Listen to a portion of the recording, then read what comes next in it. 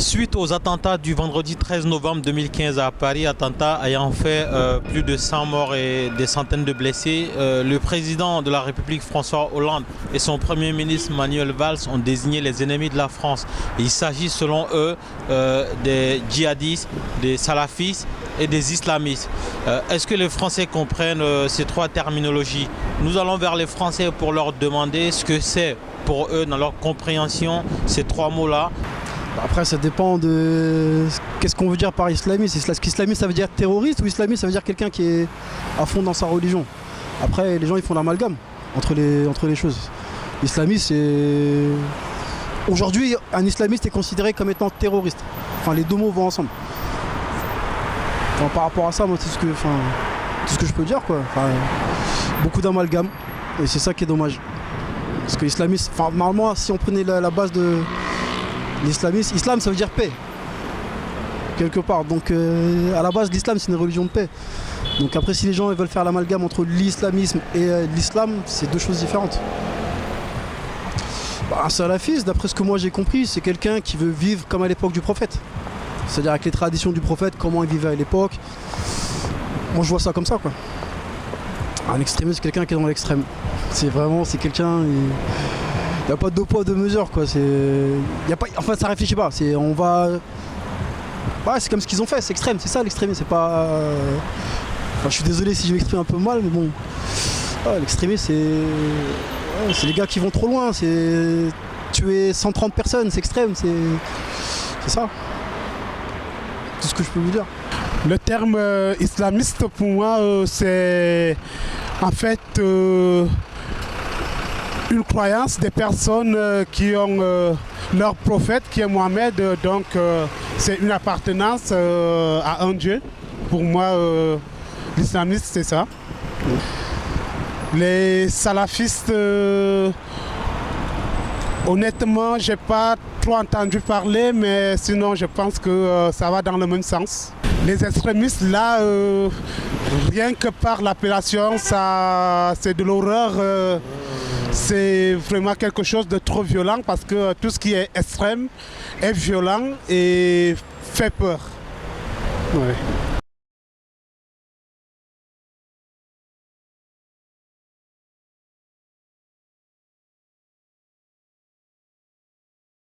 Moi, je pense au plus profond de moi que tout ceci est une pure conspiration. Car aujourd'hui, voilà, tout le monde n'est plus dupe. On est tous au courant que le signe que les chefs d'État, que se font les chefs d'État, est celui-ci, celui de de Satan. Donc voilà, il travaille avec des forces obscures, moi d'après moi. Après, c'est vrai qu'on n'avait pas avant, on n'avait pas la preuve. Aujourd'hui, tout le monde le sait, notamment le Vatican et tous les grands groupes. Et moi, je pense certainement que c'est pour faire taire certaines grosses affaires, notamment l'affaire de Air Cocaïne, plus de 580 kg de cocaïne, voilà, dont on a entendu notamment le chef de l'État qui était impliqué. Donc aujourd'hui, grâce à cette affaire de terrorisme, eh ben, on n'entendra plus parler de cette histoire. Mais dites-moi donc où aller ces 500 kilos, 530 kilos, 580 kilos de cocaïne, sachant que la Belgique est une plaque tournante de la drogue et que les terroristes en question n'avaient aucun lien avec l'islam, parce que moi je connais des gens qui font la prière, qui vont notamment faire des pèlerinages.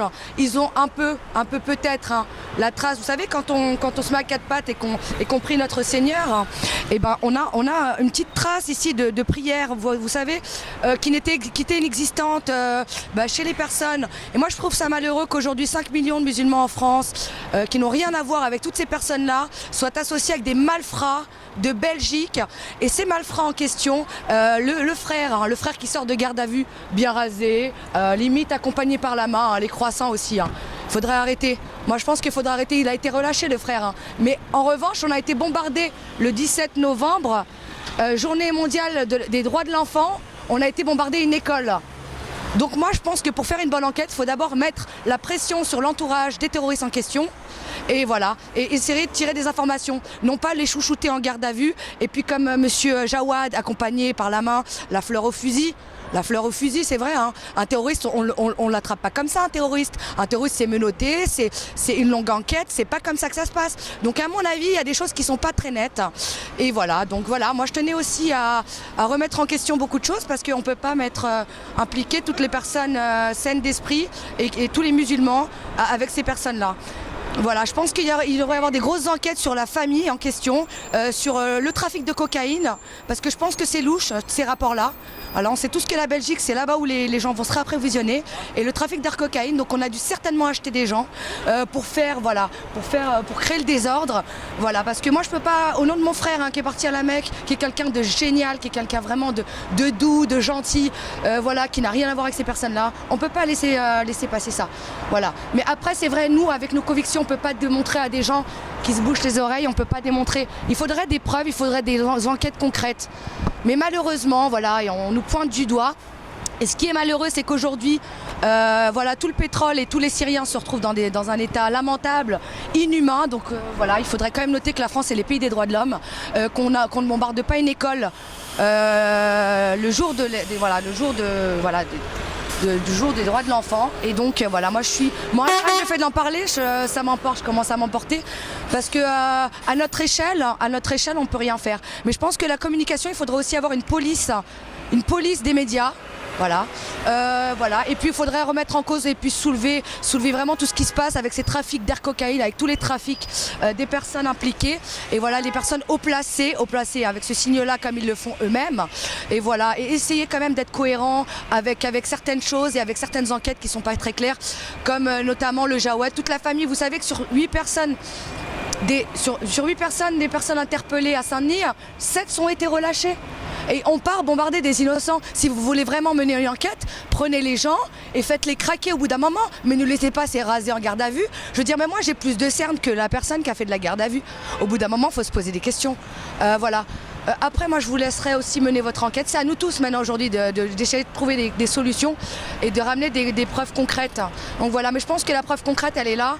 Et puis voilà, renseignez-vous un peu sur les banques, sur le petit C qu'il y a sur nos billets. C'est un organisme, c'est le nouvel ordre mondial tout simplement, qui veulent nous rendre esclaves de ce système et coupables. Eh bien non, parce que Dieu est grand et moi je pense que voilà, Dieu est le meilleur en stratagème. Tout ce qu'ils pourront organiser, hein.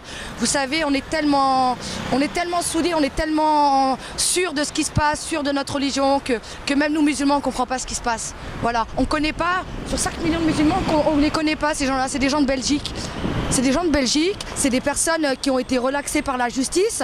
Donc voilà, il n'y a aucune personne qui n'est relaxée comme ça par la justice, mis à part des gens qui sortent bien rasés de garde à vue, puis on les accompagne par la main au poste de police. Au bout d'un moment, il faut être réaliste et voilà. Moi, ce qui est malheureux aujourd'hui, c'est qu'aujourd'hui l'Afrique, elle souffre et tous les grands groupes français. Aujourd'hui, on a reçu le président malien et voilà. Et Monsieur Hollande a menti aux Français. Il savait très bien qu'il allait avoir des attentats. Il a dit aux investisseurs, allez au Mali, allez au Mali. Et tout ça, c'est pour le fric. Voilà, moi j'en suis sûre. Donc voilà, c'est la raison pour laquelle moi je vais bientôt quitter la France, que je compte partir parce qu'on n'a rien à faire, on subit et moi je trouve ça lamentable de suivre un troupeau et puis de se faire montrer du doigt par les gens alors que notre religion elle invoque la paix parce que salam c'est avant tout la paix. Les gens font le ramadan, c'est pas pour avoir mal au ventre, c'est pour justement connaître la sensation de la faim et voilà. Et je pense que tout ça c'est une supercherie et voilà, c'est tout. Mais il aurait fallu quand même que tout le monde se réveille et que tout le monde s'informe. Parce que malheureusement, l'ignorance est la bêtise de l'homme. Il y a beaucoup de gens qui ignorent l'islam, qui ignorent comment vivait notre prophète. Notre prophète, c'était quelqu'un de très sage, de très calme. Il répondait à la haine par de l'amour, notamment quand les gens venaient lui mettre des poubelles devant sa porte. Il allait voir des gens malades en retour. Donc à mon avis, ces gens-là, ils n'ont pas agi en rapport avec le prophète, ils ont plus agi en rapport avec un certain montant d'argent ou avec quelque chose, une corruption. Moi, j'en suis sûre et certaine aujourd'hui. Voilà. Donc, et puis je pense qu'on aura tout à démontrer aujourd'hui parce qu'on ne peut pas accepter cette dénonciation sur notre religion parce que moi je pense que c'est complètement aberrant et c'est une conspiration pour mettre au pouvoir voilà, des personnes qui jouent avec. Alors le djihadisme, à mon avis, c'est des personnes qui n'ont pas le cran de dire leurs intentions parce que à mon avis, d'après le général Vincent Desportes du Sénat, donc qui a déclaré il y a peu de temps, parce que ça avait des conséquences, il allait avoir des conséquences, il nous a affirmé que les États-Unis en partie avaient créé Daesh Et ça, vous pouvez aller sur la page du Sénat. Il y a beaucoup d'amis qui se disent un allié de l'Occident, qui ont investi il y a longtemps sur des gens pour contrer la Russie. Il y a 20 ans, ces personnes-là ont été amenées à Guantanamo, etc. Donc à mon avis, c'est une relation avec les États-Unis qui veut mettre la main, parce qu'aujourd'hui, la Troisième Guerre mondiale, c'est la guerre des énergies. On sait tous ce qu'il y a en Afrique, on a trouvé des puits de pétrole, on sait tous qu'en Syrie, c'est un gisement total. Et aujourd'hui, ils n'ont pas, excusez-moi du terme, hein, ils n'ont pas la franchise de dire leurs intentions. Alors, ils ont pris des gens, des malfrats, au bout de leur vie, des gens complètement incultes, pour leur donner des armes, leur donner un certain pouvoir, et puis derrière les coulisses, eh ben c'est eux qui mènent les rênes, on va dire. Voilà, parce que je connais tellement de musulmans, mon frère est parti à la Mecque. Je veux dire, ils font leurs prières, ces gens-là ils font leurs prières, ils font le bien et ils s'arrêtent là. Ils savent qu'il y a une puissance divine pour remédier à la situation. Ils vont pas se sentir Dieu eux-mêmes. Donc, à mon avis, j'ai la forte conviction d'ailleurs, Vladimir Poutine a les images satellites du 11 septembre. Voilà. Et puis il menace justement à Obama de les montrer. Voilà, on est au courant tous de ça. Moi, j'en avais la conviction parce que je connais ma religion. C'est ce qui m'a permis de supporter ce monde égoïste, opportuniste. C'est vraiment ma religion. Et donc, j'admets pas qu'on puisse l'écraser, l'insulter comme ça. Voilà. Alors le salafiste, alors mon frère est salafiste, mon frère est né en France, mon frère voilà, il a eu son diplôme de professeur de français. Aujourd'hui il habite en Algérie et malheureusement pour les gens, hein, les gens qui ne connaissent pas les salafistes, c'est la personne qui m'a sauvé la vie dans ma vie. C'est-à-dire mon frère m'a apporté un amour que je n'ai reçu nulle part. Pour moi, les salafistes, c'est des gens pieux, c'est des gens qui vivent selon la sunna, c'est-à-dire qui font comme le prophète. Et donc c'est pour... voilà. Les salafistes, ce sont des gens qui vivent comme le prophète pour éviter de s'éloigner trop du modernisme, du monde contemporain. Et je veux dire une seule chose, c'est qu'à un moment donné dans ma vie, j'étais très très malade. Et la seule personne qui a su me sauver, et d'ailleurs j'ai dormi dans le lit de mon frère salafiste, hein, entre lui et sa femme. Donc les gens qui disent les salafistes, etc., ils me font bien rigoler.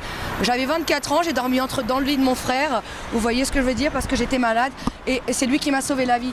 Donc tous les salafistes qu'on voit avec les dents pourries et mal rasées, j'avais juste un truc à vous dire, les salafistes utilisent le msouk pour se laver les dents, ils ont les dents blanches. Lorsque je vois des salafistes avec les dents pourries, je me demande comment ils ont fait pour avoir les dents pourries. Est-ce qu'ils ont bu? Est-ce qu'ils ont drogué? Moi, mon frère est salafiste, il a les dents blanches, il ne fume pas. Justement, être salafiste, c'est faire la sunna, c'est-à-dire ne pas boire, ne pas fumer d'alcool, enfin ne pas fumer, ne pas boire d'alcool. Et donc voilà, toutes ces choses-là. Et c'est la raison pour laquelle il y a des choses qui sont incohérentes quand on voit des terroristes avec les dents pourries. J'ai envie de me dire, mais ils sont sortis où ces salafistes? Je vous amène des salafistes.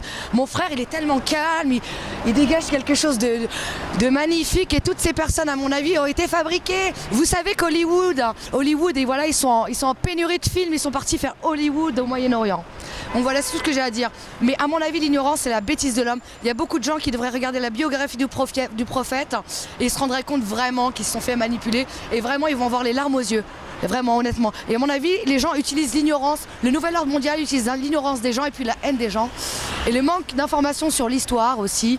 Parce que voilà, il y a plein de faits historiques sur lesquels nous-mêmes musulmans, on a été en première ligne, notamment pour la Seconde Guerre mondiale, les Sfaxi, régiment 1 et 2.